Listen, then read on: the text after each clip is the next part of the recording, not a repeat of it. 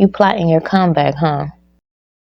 I understand. My name is Misha, and after a setback I had due to a stroke, I think you should, take advantage and be strategic about your downtime and how you're going to have an amazing comeback. I'm about to share 5 ways to come back stronger after setbacks or any type of injury. First, you got to get real about your current situation. Like, you have to deal with the feelings, and we tend to keep them like bottled up. So those around us just don't feel worried, or they don't freak out about us because, they've witnessed, this setback that we're experiencing, whether it's injury, sickness, or whatever it is. They're witnessing that, but they're watching us like a hawk. And we know that internally. So we kind of, tiptoe around how we feel around them because we don't want them to, freak out and be, watching us like a hawk, thinking that we're about to, crash at any moment.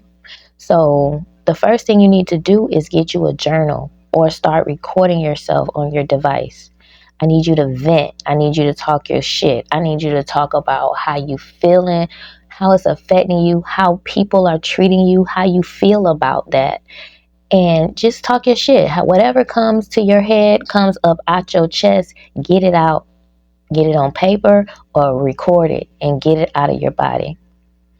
Number 2, you need to start taking advantage, of the hours that you are, just sitting in your off season. This is what I call when you're, you know, I call it pulled out the game. So when you're living regular life, it's like you playing a football or a basketball game.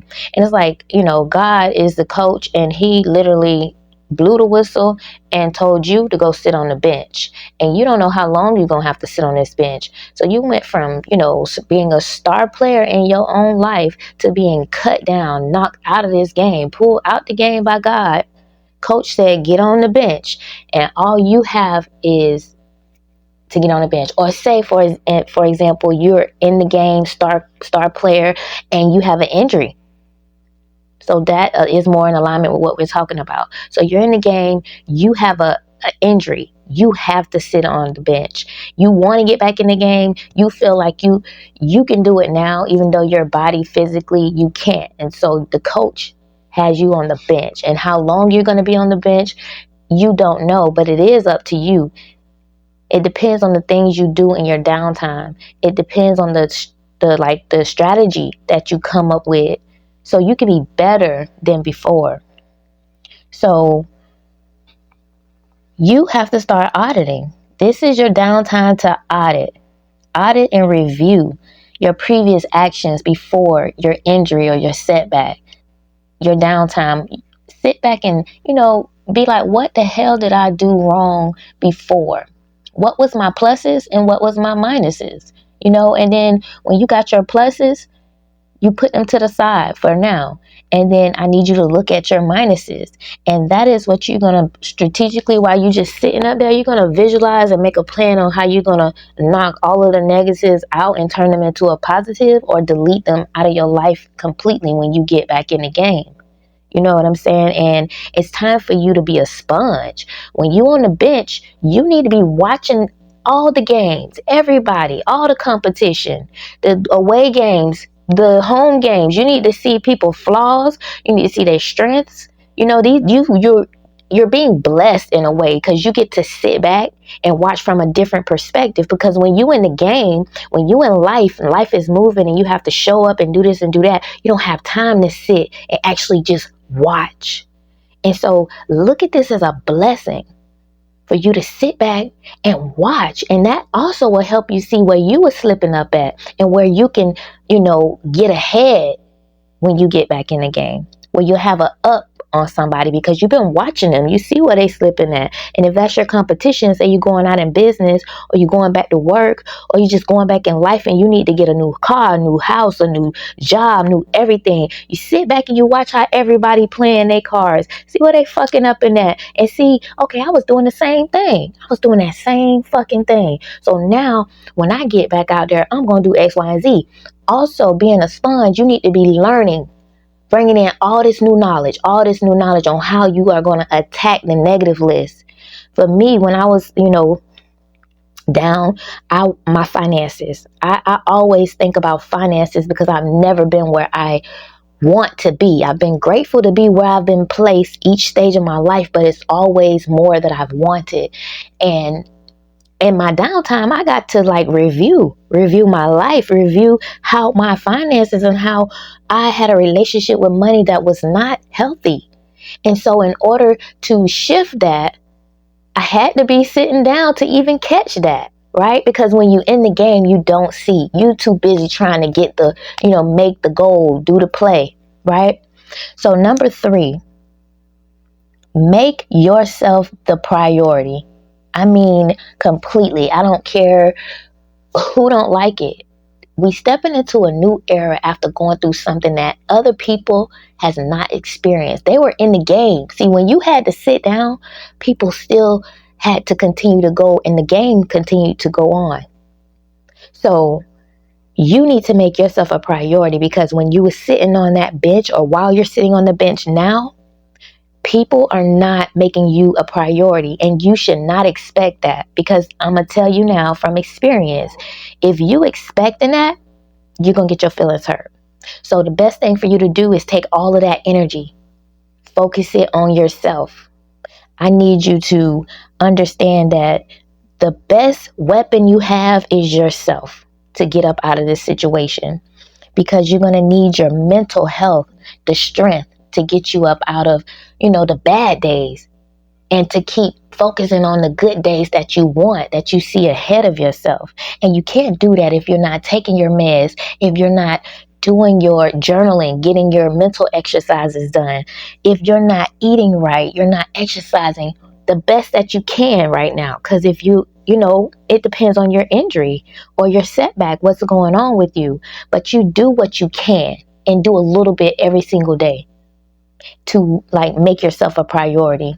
Increase the positive indulgence, the, audio books, the seminars that are online, like get into self-development type of content and positive music that speaks life over you. You don't want to be like pushing depressive stuff into your spirit while you're trying to heal and come back. You're like, once you go through your vent, which is stage, what it was, 1, once you get through stage 1 and you do the vent session and stuff, you want to start shifting the type of music that you're listening to, so you don't keep reinforcing those bad feelings, because it'll keep you bad, in a bad vibration. It'll keep you in the bed. It'll keep you depressed. It'll keep you reliving, the past and the things like that, the regret, all of those things that come when you on the bench and you out of the game and you see life is still lifing and you ain't a part of it. That's how it feels.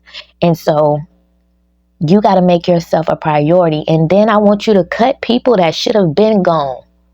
See, while you on this bench, you finna realize who gonna stay on your team and who you gonna cut when you get back in the game. Because everybody on your team is not there to help you win the game. You sitting on a bench, you're gonna realize the ones that were actually in the game, that was throwing your game on purpose. So they was on your team, but they was throwing your game. And you wondering why I'm not winning, because see, you had the wrong people on your team. And this downtime that God is giving you through this illness or this setback is going to allow you to see the right players on your team and be able to cut them. And you're going to realize, damn, I should have been cut them. Right? And so that's your number 4. That's not number 4. I'm sorry. That's number 3. The last, I need you to cut. Sit back, audit, and realize who is the key players and who are the people that's throwing your game while you can't never get ahead because you got the wrong people on the team. So number 4, we're going to lean more into your spiritual practice. You need to build a strong relationship with your creator.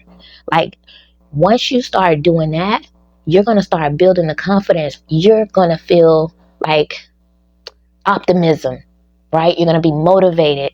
You're going to not be pessimistic and thinking that, oh, everything bad goes in my life. Nothing goes good in my life. Those type of, quotes and things that we say to ourselves when we're in a low vibration and a pessimistic energy. We say all of the negative shit Somebody can be like, oh my God, girl, you gonna win the lottery. And you'll be the first one to say, nah, I doubt I win that shit. You off rip is cutting yourself, away from the blessing by being pessimistic. But when you start getting more connected to your higher self, to your creator, the most high, you start feeling optimistic. You are boldly stepping into your faith. You speak life over yourself with ease because you have a different type of like frequency going on within you. It's an unshakable because see, now you're not leaning on your own energy. You're leaning on the energy from source. And that's an unlimitable energy, right? And so when you get a tap of that, you feel unstoppable.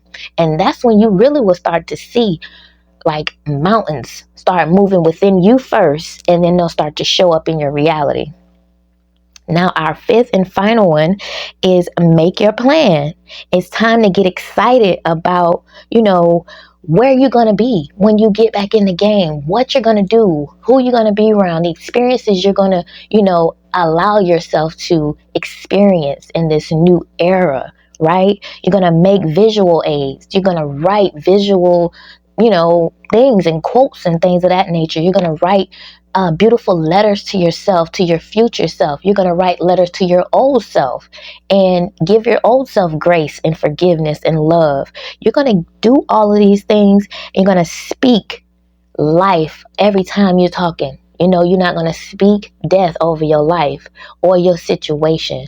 And I can say, you have to stay positive, especially in a position like I was in. If you find yourself has really been knocked out of the game physically, where your body has given up on you, continue to stay positive. Continue to visualize where you wish to be. That is setting the tone in your brain. Is firing off. And it's like making new neural pathways for you to get the desire that you're visualizing. So that's what visualization does. That's how I got back on my feet. That's how I was able to use my hand again. Visualizing it. Taking the one arm that did work and making the one that didn't work look as if it was. I did the visual movement, even though that limb was not moving. Your brain doesn't know the difference. So when your eyes see your hand moving, you literally are you're firing off new neurons as if, oh, okay. And that's what it wants me to do. That's what happens. Eventually you'll see.